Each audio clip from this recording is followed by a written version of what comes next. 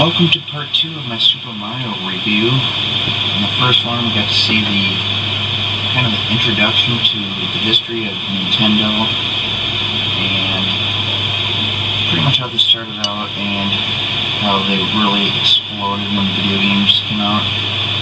Mario games, biggest series ever. And we also saw the Atari version. Actually got to see the history of how Mario started out in Donkey Kong and how he became his own character in Mario Brothers on the arcade and Atari. And he had his first game, Super Mario Brothers, on the regular Nintendo. And we've seen the Japanese version of Super Mario Brothers 2, the American version of Super Mario Brothers 2, and here is Super Mario Brothers 3 on the Nintendo, which was released in Japan in 1988, but it was released in America in 1990, 2 years later. And I remember when this game came out, there was rumors that it was coming out, but a lot of people thought it was just rumors and that it wasn't true. And it was kind of introduced, got to see it before it was released in the movie The Wizard. Now, I never seen that movie, but I guess there were a lot of kids who went to see the movie The Wizard just so they could see what Super Mario Brothers 3 was going to look like. And it turned out to be the biggest game ever in the Nintendo franchise. Some sites say that the original Super Mario Brothers is the biggest selling game in video game history, but that game was actually released with the Nintendo. Most of the people who bought the Nintendo got the game for free, so I really don't consider that as selling the game because it said free with the Nintendo. So other than that, this was the biggest selling game, Super Mario Brothers 3, because it didn't come with the Nintendo. People bought this game for the game, and it was a huge breakthrough in the Super Mario series, because the first game, the original Super Mario Brothers, I mentioned and showed how it was kind of repetitive throughout the game. In the Japanese version, it was kind of pretty much the same thing, it was just a lot harder. And in the American version of Super Mario Brothers 2, it was a completely different game that was changed into a Mario game, so that's why that one was different. But this one goes back to the roots of it, kind of looking like the original Super Mario Brothers, but they put a lot more into the game. There's a lot more, it's not repetitive, it's a lot more different boards. And another feature they added to the game was the map screen. Here you can start out, and you can go like level 1. Once you pass the board, you move on to the next level, and you can actually skip certain levels. You can go into those mushroom houses and get items that you need. There will be a menu screen at the bottom whenever you get these items. There are also some other items you can get when you, like that character you see right here. You face against him and you get a star. There are many other characters that have items that will go into the menu, which you can use. When you're on the menu screen, you can actually select them, go to your menu screen, select the item you want to use, and you can use that in the actual levels. So here's the map screen. Not much you can do at the beginning, but just going to the first level. There are many more levels. As you can see, you got the Goombas in the game, just like the original. You can see the Koopas, you got the coin blocks. In this one, the mushroom, if you hit the block on the right side, it's going to go left. If you hit it on the left side, it's going to go right. It's the only game that does it, There's a new power-up. It's the leaf. And you get a good run. You see those arrows at the bottom fill up, and you can fly for a certain period of time. Even when you can't fly, though, you kind of hover down. There's quite a few different. You also have the fire flower in this game. You got this star, just like the first game, but they added a lot more to it, like the raccoon tail there you see when you get the leaf. Got a lot of fun bonus stages in this game. Pretty wide variety of enemies and everything. You get a card at the end of the screen. At the end of each level, you get a card. If you match up 3 stars, you get 5 extra lives. Match up 3 flowers, you mushrooms, you get 2 extra lives. Now, the first game, you might remember that vine that you go up to the sky and collect all those coins. This one has something similar, except for you jump on an orange music block, and you go up into kind of the sky or cloud area. Kind of the same thing, you collect coins, but this one's got an extra life hidden. You want to wait till after your 3rd set of coins here. Get a good run. So you can fly up and get it.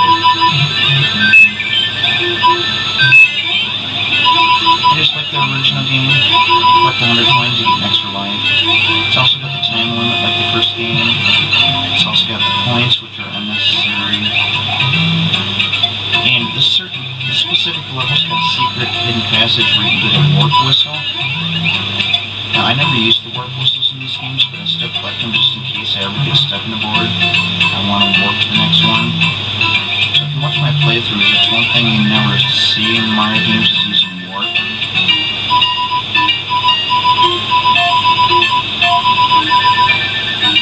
So you just step down those white blocks and fall through any one of them. And in that specific board, get the warp whistle. Here's the mushroom house. Take a box, its contents will help you on your way. Now on the first board, you're only going to get like either a mushroom, flower, or maybe a leaf. You also got the spade here. So there's the menu. Press the Y button. Or, no, you press the B button. I forgot this is Nintendo. Here's the spade. Try matching up 3 stars, you get 5 extra lives, 3 mushrooms, 2 extra lives, 3 flowers, 3 extra lives, same thing. Each board has one of these mini castles. Sometimes there's 2 of them. Or they usually have lava in them. And you gotta fight kind of a creature that looks somewhat like Bowser at the end, but this one we're gonna get a whistle at the end of the board. And I'll actually go ahead and show the whole level here because it's really not that long. You got those floating things there. Usually most castles are pretty much the same. They got the same things in them. You got those kind of skeleton koopas there. If you go up here, go all the way to the right, press up. You go into the secret room, which has another warp whistle in it. Now you have 2 of them.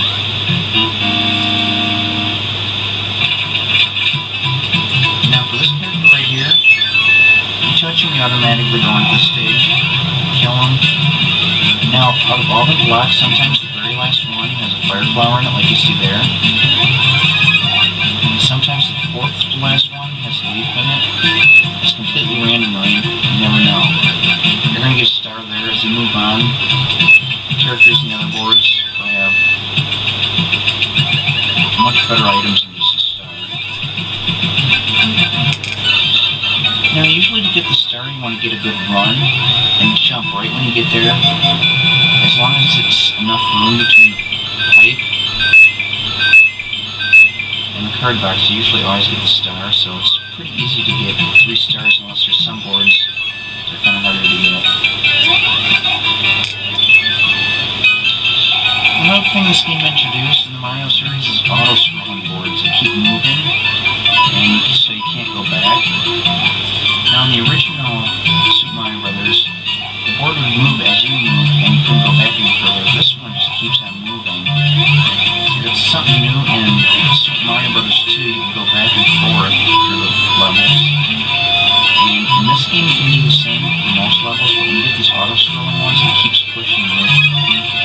And if you get stuck between 2 areas, like the area and the edge of the screen, like if I were to stand on that block and keep standing there, it would squish me to the edge of the screen and the block would kill me. Most people don't like these boards. They're really annoying because they keep pushing. It's like they don't give you time to do what you want to do. It's like it just keeps pushing and pushing along. But I guess it's part of the challenge you wanted to throw in there. Once it gets to the end, it stops scrolling, so it's cool. Now every time I pass a certain amount of boards, you'll see that spade appear with the N on it. And in that one, you get to match up items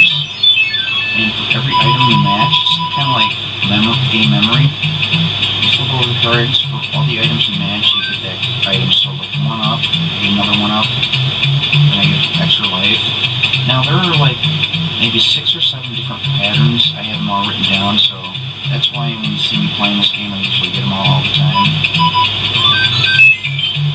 I have a pretty good idea where they all are. There are some of them that are real similar, some of the patterns. They'll have like maybe a few cards off. So you get, I mash up 2 mushrooms, so I get a mushroom in my box. Now I got a star in my box. I got 10 coins added. Now I got a flower added to my little menu box. Second mushroom. So you get 2 mushrooms out of this board, 2 flowers, 2 stars. You get 30 coins and an extra life. And see, there's all the items. You can only carry 7 items per 1 menu box.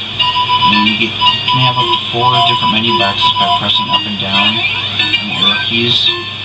Press the B button to turn to your menu, press the A button to activate that item or to use it.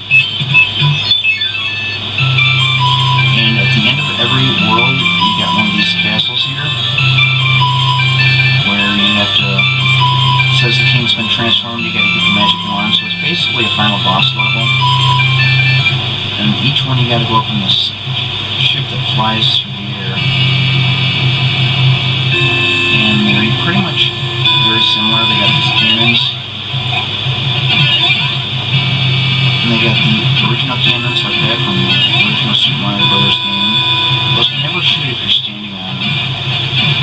Or if you're standing right next to them, they won't shoot. If you're standing a little bit further away, they'll start shooting. And some of them have flames shooting out.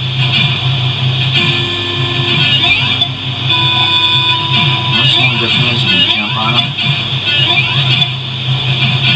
And then at the end of the stage, you go down the pipe and you have to fight the final boss. This one's pretty easy. They do get tougher though as you go along.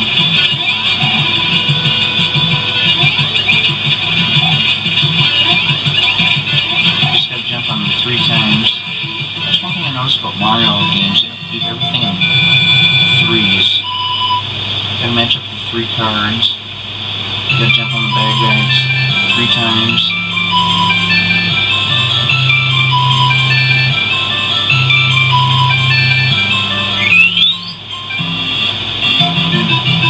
See, and then the king's transformed back to his self.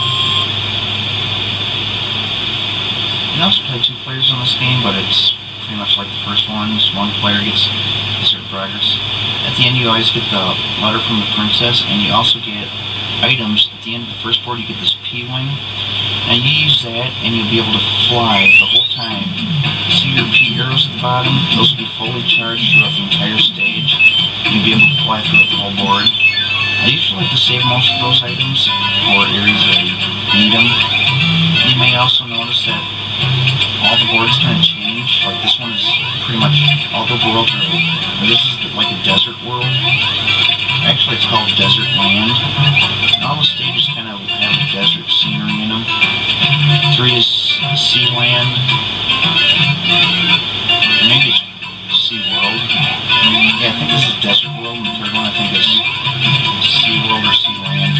One of the 2. Now here's the castle in World 2. See, it's similar to World 1. It's got the same music. You pretty much see the same characters. At least it's not repetitive. The layout's a lot different. Like, here you got those things that are called thwomps. Those big blue guys that try to smash you. You got ghosts. If you turn your back on the ghosts, they'll come running after you. Or if you're facing them, they'll just stay frozen where they are.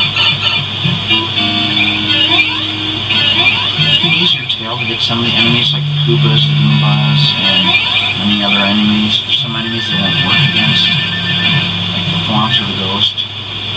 And you got the spikes here, so they added quite a bit to this game compared to the previous one. A lot more enemies, a lot more challenges.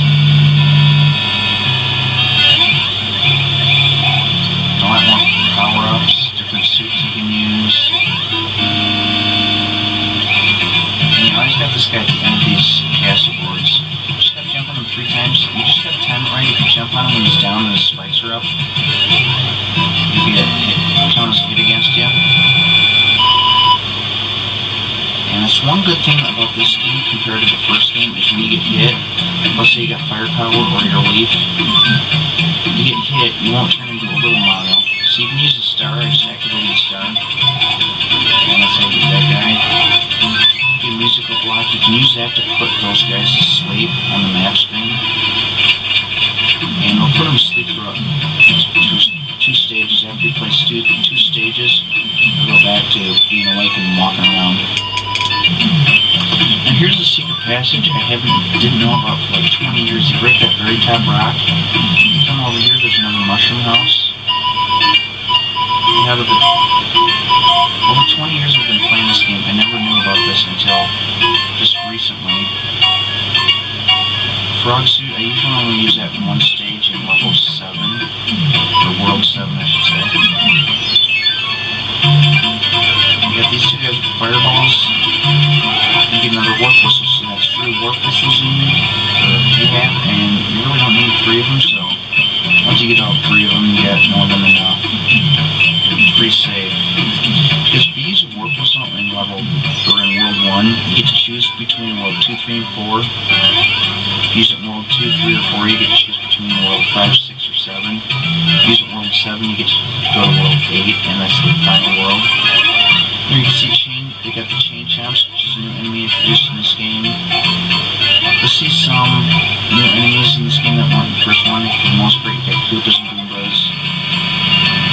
And the Bob-ombs from the last game are in this game. And you still got Piranha Plants with from the first game. This one they shoot fire at you though.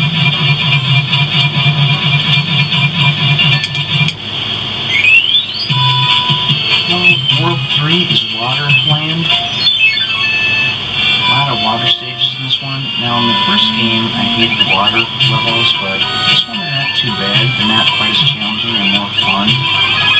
That's the one thing I like about the newer games compared to the first one, is the first one seems to be focused more on the challenge.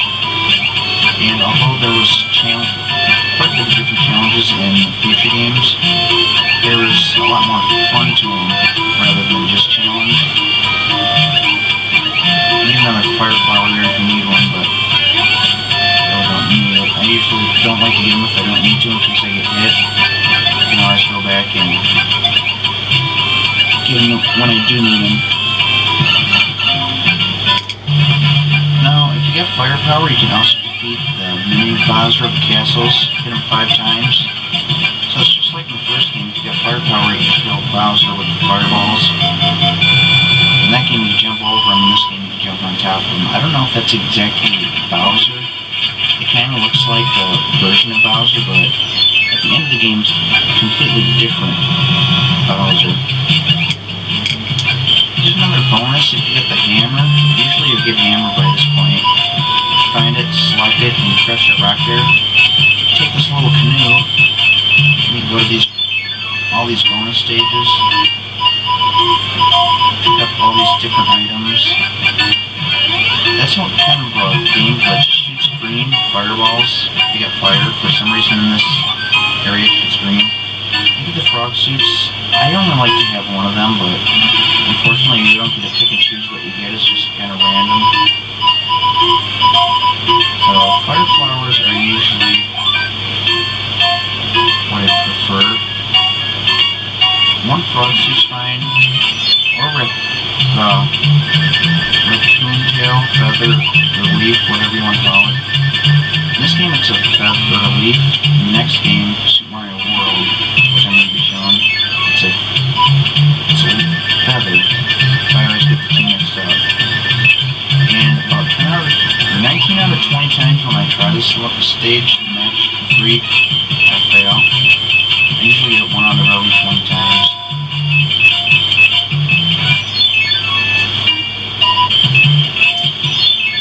One of the levels I hate the most in this game is this one right here, because it keeps dipping down really low and you have that big fish. If he jumps up, he'll swallow you in one bite. So, the only bad is to keep shooting fireballs at him, trying to hit them and try staying as high up as you can. Now when I did this playthrough, this particular time I actually beat them one try, but there's sometimes it takes like 3 or 4 tries before I can beat them. Sometimes I just skip the board because it's one of those levels that are in an area where you can go around it, go a different way. Another thing I forgot to mention in this game is that when you hit one of those Koopas, you can actually pick them up, walk up next to them while holding the B button down. You can pick them up and carry them and release B to release the shell. You don't want to move them too long though, because it'll pop back out of the shell and will cause damage.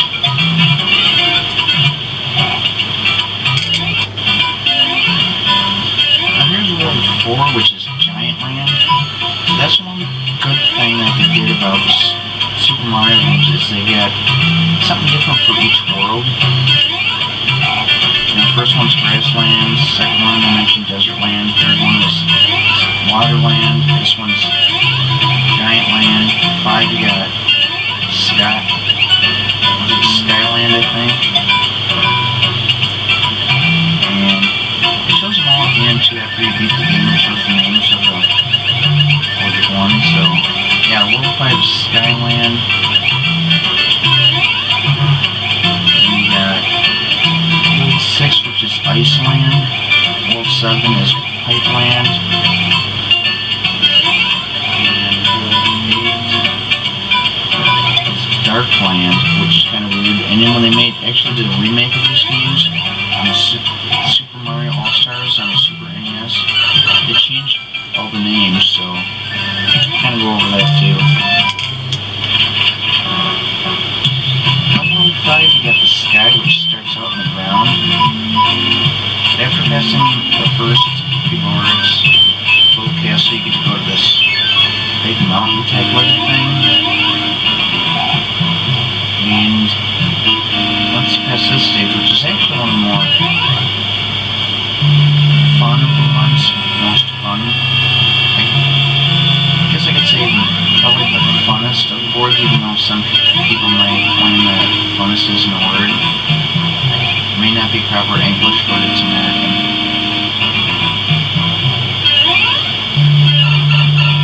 You just pretty much keep going up the pipes. You got those little spinning circle things. You got these going up lumps here.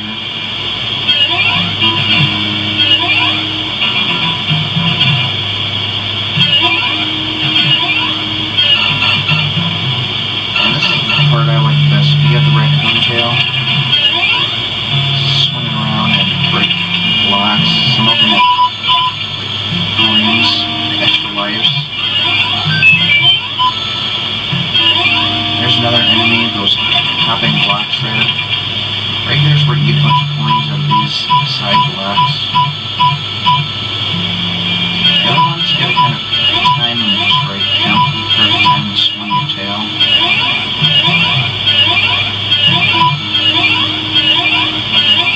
It's just like the first game, if you keep getting them repeatedly, you get a lot of coins out of them. If you hit one and then you wait for a while before hitting the second time, you only get like 2 coins. So it depends on how fast you get them. And pretty much these are pretty much the only enemies in the game of the swamps, those spinning things, and you got a Koopa up at the very top. Plus those are jumping blocks we've seen.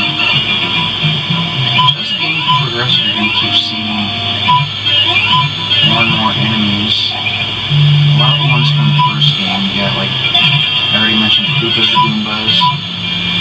You got the plants, you got the bullets, you got the Spinies, you got the fish in the water, and the little octopus things.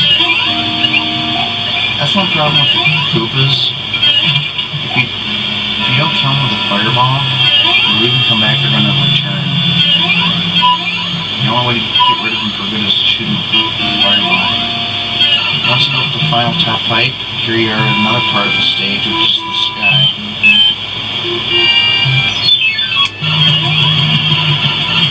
One of the annoying things about getting beat in these final stages is the ship moves to a different place and you have to go find it. Sometimes it might be in an area where you got to travel clear across the whole map. And you got to do it all over again.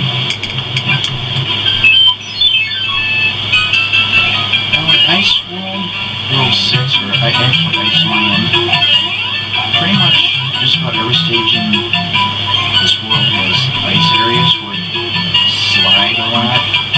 You don't stop like you normally would on a normal surface, so pretty annoying. It's just like in Super Mario Bros. 2 World 4, how you get all those ice. Pretty much the same idea. Now these are areas right here aren't too bad. The surface there is nice. So like here you can step down and keep sliding. There's another new enemy. You can jump on him and kill him, or you can shoot him with a fireball, or hit him with your tail.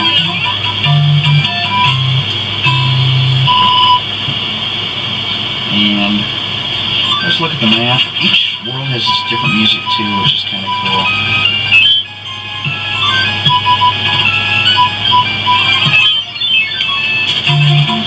And even in these little guys' areas, you get the ice.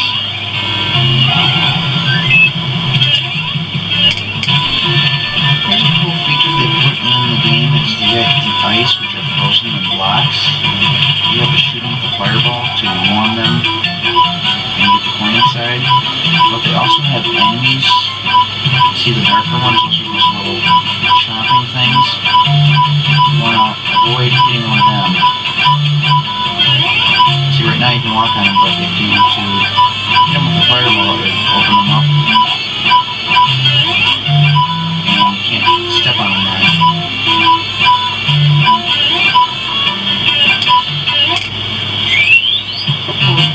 World 7 is a pretty fun one, Pipeland. You got pretty much a lot of pipes in here. And see, now, as I was mentioning the All-Star version, they changed the names. In the All-Star version, instead of Pipeland, it's called Pipe Maze. See, everything's called land in this game.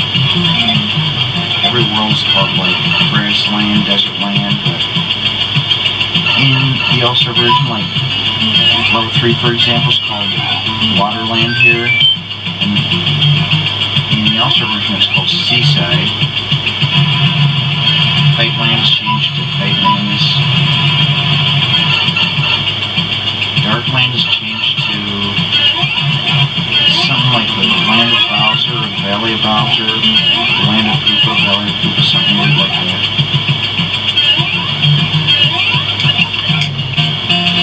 Now, the 5th level of World 7 is one of my favorites.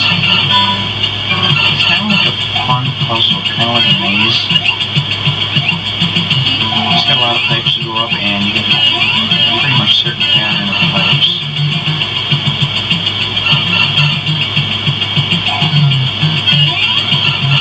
The only problem with this board is they don't give you much time by the time you get to the end of the board. It's usually time running out. But I think World 7 is probably one of my favorite worlds because it's got quite a wide variety of different things. Then we get to see in the World 7, we're going to see level 4, which is where I used the frog suit. There's level... Well, there's a castle, which you get unlimited coins. So you keep getting more and more extra lives. But as you can see by this point in the game, I got 73 lives. So, I mean, it's pretty easy to get a lot of extra lives in this one here. So you get these coin blocks that kind of block you from going up. There's only one certain one you can go up.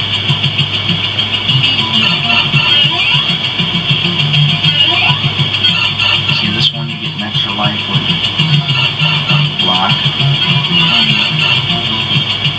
On the next pipe to the left, it's the only one that you can get out of.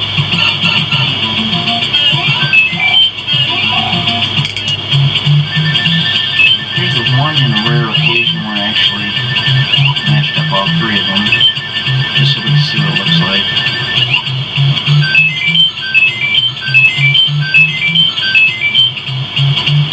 And after the stage is level 4, World 7, where I used the frog suit. This is the only board that I like to use the frog suit in. See, it's not coming on the surface, but for the most part, you're in the water. And you can swim really easy. You don't have to keep pressing the jump button. Like usually in the water world, Water levels, you gotta keep tapping to jump. This one you don't have to, and you can swim around real easy. Just avoid getting touched by anything. You can't kill anything when you got the frog suit on. You don't have any firepower, you don't have your tail. And you just keep moving and try to avoid everything.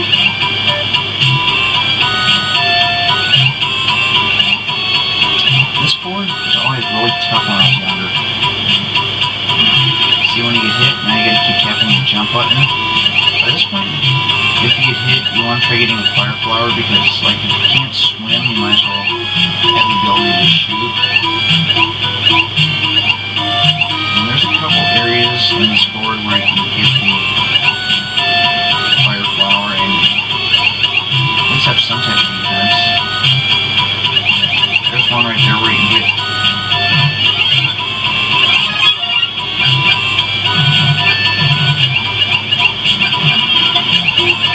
hit, everyone's dead.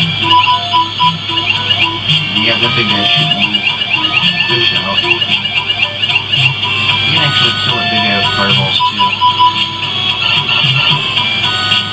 So that's the fun water stage where you get to use the frog suit. You can probably use it in any water stage, but this one I like to use it in. And after that level, gotta go through one of these pipes to move to another part of the island. You got the castle up here, which is unlimited coins. So you go to the fourth one over, break the top one. It's everything to coins. But now instead of collecting the coins at this point, see, they don't give you much time. They only give you like 200 Mario seconds. I don't know what to call it because they're not minutes, they're not seconds, so call them Mario seconds. And you get this raccoon suit, which has the same ability as the tail. You can press down and Y, or actually in this game, Super Nintendo game you can use Y and X and B and A, but in NES press down and B, and it turns him into a suit of armor where bad guys will pass right through him. But you can only stay in that form for like a couple seconds and it changes back. See, you just keep collecting all these coins.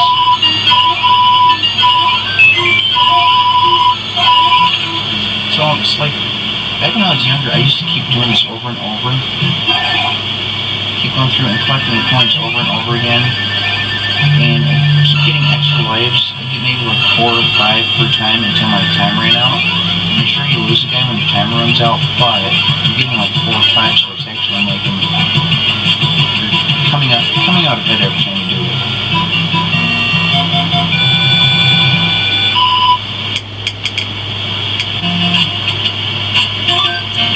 Now in this stage here, this little castle, I like to use this hammer guy suit.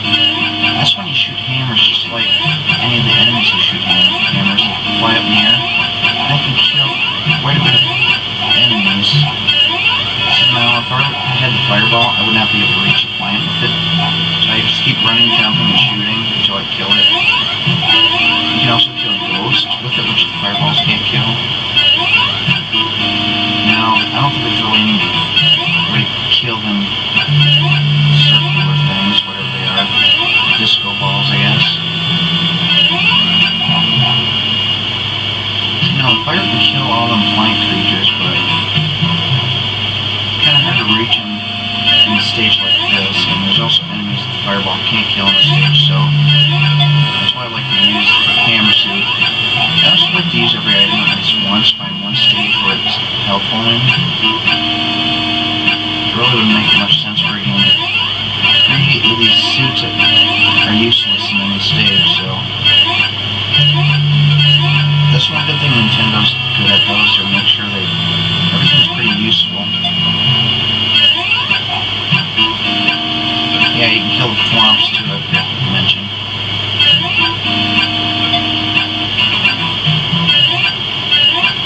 But a lot of times you just gotta keep jumping back and forth and trying to hope one of them hits them.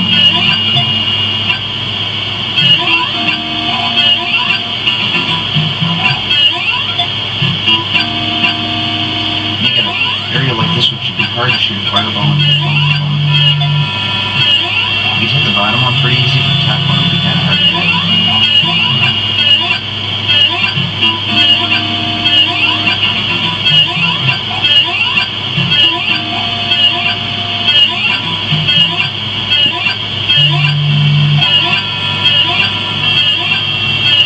Sometimes it takes a while to keep on trying. I think you get like a feather or the leaf out of there, maybe possibly fire flower.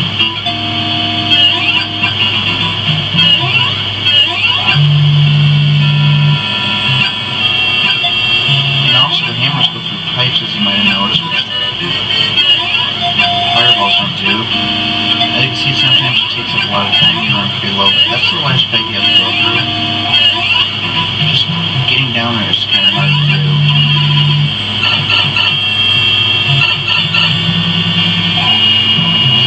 And then you still got these characters, which I'm not sure if hammers can kill those guys or not. I think they do, but I'm not positive.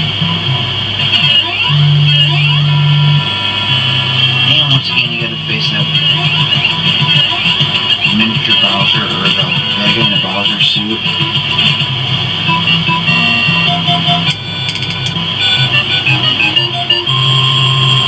After beating the final boss in World 7, you get a different letter. Instead of one from the princess, you get one from Bowser.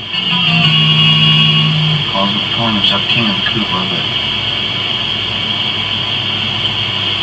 then you go into World 8, which is kind of another fun board, but you got all these boards that are like, kind of like this. They got the shooting stuff at you. It's not like your typical levels. You got the bob-ombs. And you can actually jump on the bob-ombs.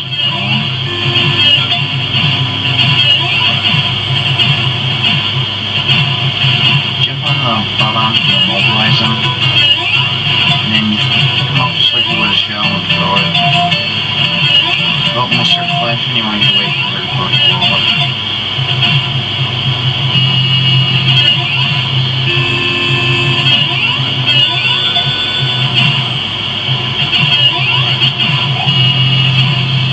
And pretty much at the end of these levels, you usually get, now this one I think you get a guy with a boomerang, but I'm pretty sure that most of them you get the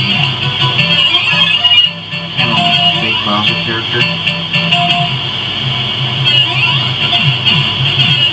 Maybe you call it Bowser Juniors.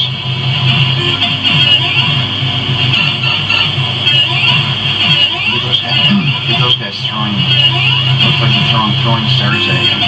Now most boards, you kill those guys and they come right back. This board and another one, that doesn't happen. You kill them and they're gone. After beating the first two levels, you go through the grapes and you come up to these other three levels. Now sometimes, see all those 5 blocks there, the middle one and the 2 right ones are world or levels. Sometimes a hand will come up and point in, other times you don't, but you can still press the button and go into them. Each level you get to the end and you get a leaf, which is going to be helpful in the board that's coming up.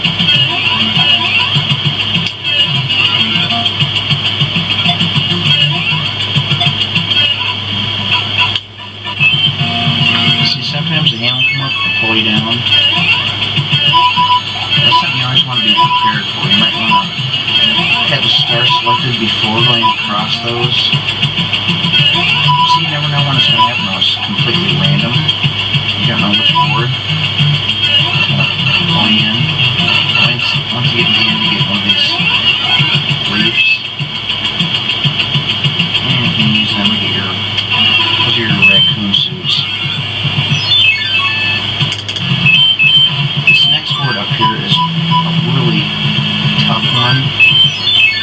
It moves so fast, and you almost need the tail. I don't want to say you absolutely need the tail. I have passed this board without using the tail, but it moves so fast that it really helps having the tail so you can aim your jumps better. Kind of hover down to them instead. They really don't give you a whole lot of time. Now usually when I get to, first I'll try this without the tail, unless I already have it. work, I use the P-Wing where I can just fly above everything and skip it all. It just keeps going past, and it's almost impossible to die with the P-Wing. Unless I guess there are some boards where it might be some tricky areas that are hard to get to, but and then you just fight one of these guys again like usual. Pretty much at almost the ends of all these boards I'm already.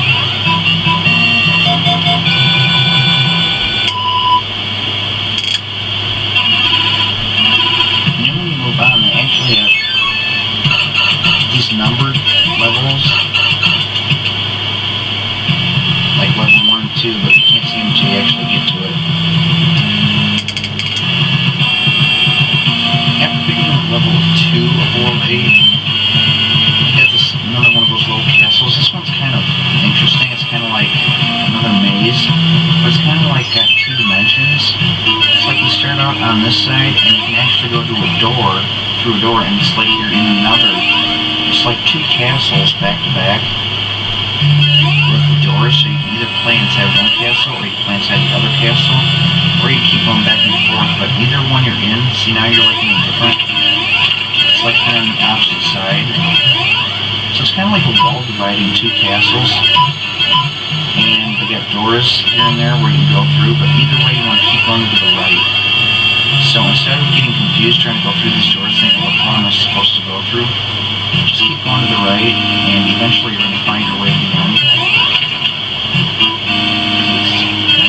I think it's designed that way to be kind of confusing so you don't know exactly which way to go, but as you see, one of them has all these lava pits, and the other one doesn't, so it's like you go through these doors and you notice it's like a 2-sided thing. It's kind of like there's a wall dividing 2 different castles. Pretty much choose which one is more difficult for you. Whether you're better at jumping, you prefer the lava ones, or whether you want to play where it's got more bad guys.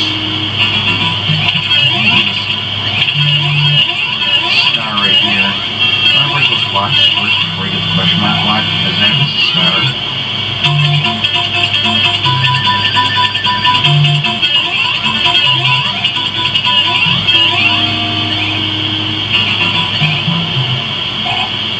And there's the end pretty much right here. But you have to get down there. Now when you hit this P block, don't go on the first door, skip it, go on the second door. That pretty much takes you right to the end against the little Bowser guy. You just gotta wait for the timer to run out. And follow certain moves, keep crouched down so you don't forget it. And there you got him. Kind of hard to fight him on this floor though, that's moving. It keeps pulling you to the right.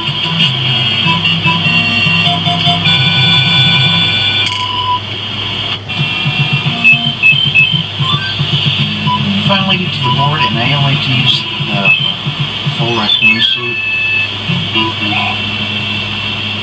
What I like to do is first you want to run, because all 3 of those shoot at you, so you want to run and get use your P power, flying power. I don't know why there's so many P's in the game.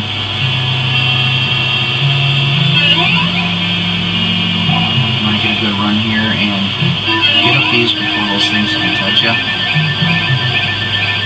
Get your extra life here. That thing, because just press down and B to do that, and it'll go right through you. But as I mentioned earlier, it only lasts for a couple seconds, so you have to keep doing it over and over. These things you can't stand on too long. You stand on more than a second and they'll fall, so you got to be kind of careful on them.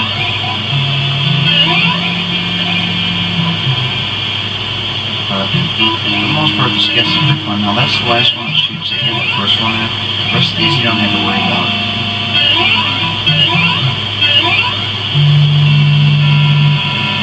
And you get the little fireballs coming at you, which kind of indicates you're getting close.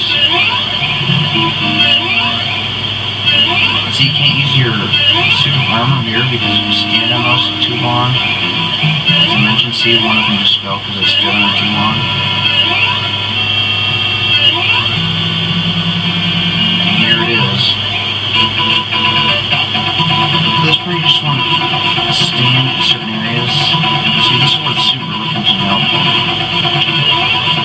Bowser stomps on it, he breaks the bricks. You just gotta do that 3 times in one spot.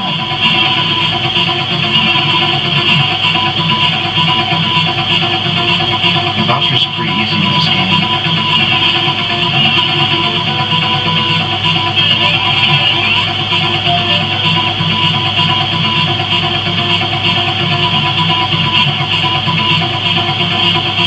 You just do the 3rd time.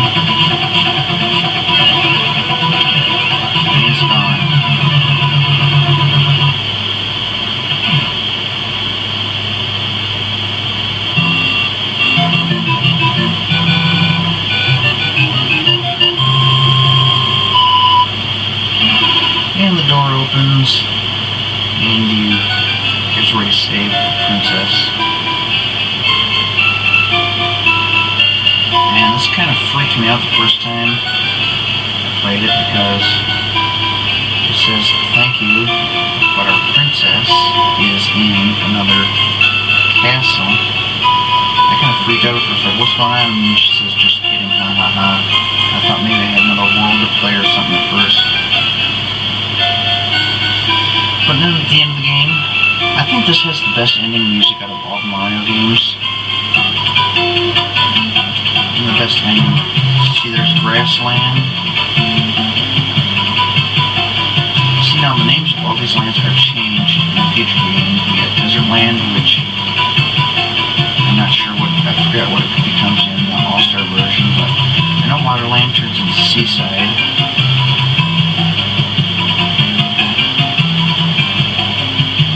If you want to find out, you can always check out my channel. I did an upload of all 4 NES games: Super Mario Brothers, Super Mario Brothers 2 Japanese version, Super Mario Brothers 2 USA version, Super Mario Brothers 3. I also did uploads of the 16-bit versions on Nintendo, Super Nintendo, Super Mario All-Stars.